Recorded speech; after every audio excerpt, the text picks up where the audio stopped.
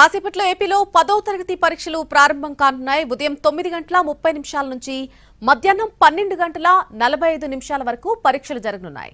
దీంతో పరీక్షా కేంద్రాల వద్దకు చేరుకుంటున్నారు విద్యార్థులు. అయితే చివరి నిమిషంలో సైతం ఎగ్జామ్ కు అనుమతించనున్నారు అధికారులు.